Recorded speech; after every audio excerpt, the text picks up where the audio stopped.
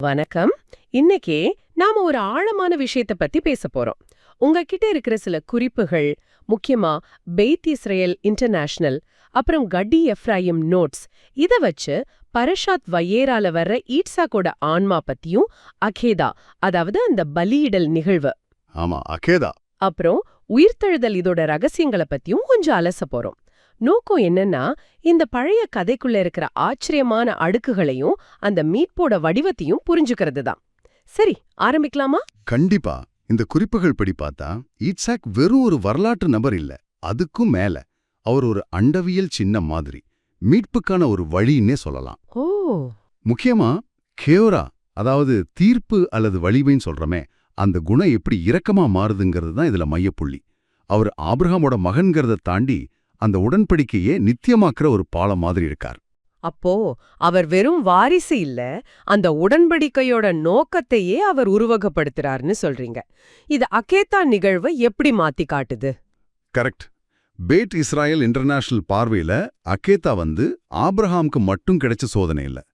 இது ஆபிரஹாமோட முழுமையான நம்பிக்கை, யமுனா ஷலைமா, அதோட ஈட்சாக்கோட சுய விருப்பத்தோட ஆன்ம அர்ப்பணிப்பு, மெசிருஸ் நெஃபெஷ். மெசிருஸ் நெஃபெஷ்? ஆமா, இது ரெண்டும் சேர்ந்து ஒரு வெளிப்பாடு. நான் நடுங்கிடாம இருக்க, என் கையும் காலையும் காட்டுங்கன்னு ஈட்சாக் சொன்னதா ஒரு குறிப்பு இருக்கு. இது அவர் சும்மா ஒரு பலிபொருள் இல்ல, அவரோட சித்தத்தை முழுசா அர்ப்பணிச்சார்னு காட்டுது. அந்த ஆன்ம அர்ப்பணிப்பு, அது எப்படி அவரை பிற்காலத்துல ஒரு பரிந்துரையாளரா மாத்துது? இது பத்தி உங்க குறிப்புகள்ல என்ன இருக்கு? நல்ல கேள்வி. ஞானிகள் ஈட்சாக்க மெல்லிட்ஸ் யோஷர்னு சொல்றாங்க, அதாவது நீதியுள்ள பரிந்துரையாளர். இறுதி நாட்கள்ல இஸ்ரவேலுக்காக பரிந்து பேசுறவர். ஓஹோ. பெய்த் இஸ்ரேல் குறிப்புகள் சொல்ற மாதிரி வானுலக நீதிமன்றம் தீர்ப்பு சொல்ல போகும்போது ஈட்சாக் குறுக்க அவங்க என் பிள்ளைங்க இல்லையா, உங்க பிள்ளைங்க இல்லையா, பாதிய மேல பாதி உங்க மேல இருக்கட்டும்னு சொல்லி தடுப்பாராம். ஆச்சரியமா இருக்கே. அந்த கெவுரா இரக்கமா மாறுற தன்பு இருக்கு, அதை மெஷியா பெண் யோசேப்போட ஆன்மாவோட இணைச்சு பார்க்கறாங்க. மெஷியா பெண் யோசேப்னா இறுதி மீட்புக்கு முன்னாடி இஸ்ரேவேலோட துன்பத்தை சுமந்து அதை ஒளியா மாத்துற ஒரு உருவம். ஈட்சாக் அனுபவத்துல அதோட ஒரு முன்மாதிரி தெரியுது. சரி, அகேதாவுக்கு அப்புறம் ஈட்சாக் கொஞ்ச காலம் காணாம போனதா சொல்றாங்களே, அங்க என்ன நடந்துச்சுன்னு இந்த குறிப்புகள்ல ஏதாச்சும் இருக்கா? ஆமா, அதுல ஒரு முக்கியமான ஆன்மீக ரகசியம் இருக்குன்னு மிட்ராஷ், ஜோஹார் மாதிரி நூல்களை வச்சு பெய்த் இஸ்ரேல் இன்டர்நேஷனல் சொல்லுது. ஈட்சாக்கோட ஆன்மா பரலோக மண்டலங்களுக்கு போய் ஒரு விதத்துல மரணத்தை அனுபவிச்சு அப்புறம் திரும்ப பூமிக்கு வாழ்வுக்கு வந்துச்சுன்னு சொல்றாங்க. அப்படியா? இதுதான் படைப்பிலேயே நடந்த முதல் தெக்கியாத் ஹம்மெட்டிம், அதாவது இறந்தவங்கள உயிர்ப்பிக்கிற செயல்.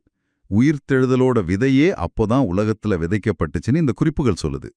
ஏன்னா அவர் உருவகமா மரணத்தை ஜெயிச்சு திரும்ப வந்தார். அப்போ அகேட்டாங்கிறது ஒரு முடிவில்ல, ஒரு புதிய தொடக்கத்துக்கான விதையா? காடி எஃப்ரேம் நோட்ஸ் இது பத்தி என்ன சொல்லுது? சரியா சொன்னீங்க. காடி எஃப்ரேம் நோட்ஸ் அகேதாவ நெருப்பு மற்றும் வாழ்வின் உடன்படிக்கைன்னு சொல்லுது. எரிக்க வந்த நெருப்பு வாழ்வு புடுக்கிற ஒளியா மாறின ஒரு உடன்படிக்கை அது. நெருப்பும் வாழ்வும். ஆமா, இந்த அனுபவத்தோட ஒரு பொறி ஒவ்வொரு யூதரோட ஆன்மாவிலையும் இருக்குன்னு பால் ஷெம் டோவ் அப்புறம் டானியா போன்ற நூல்கள் சொல்லுது.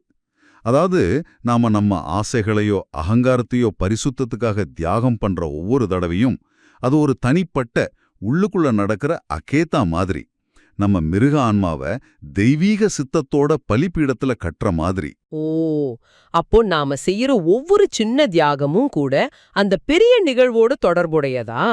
சொல்லப்போனா அப்படிதான். சுருக்கமா சொன்னா இந்த ரெண்டு குறிப்புகள் பார்வையிலையும் அகேதா மரணத்தோட கதை இல்ல, அது நித்திய ஜீவன், உயிர்த்தெழுதல், உருமாற்றம் பத்தின கதை.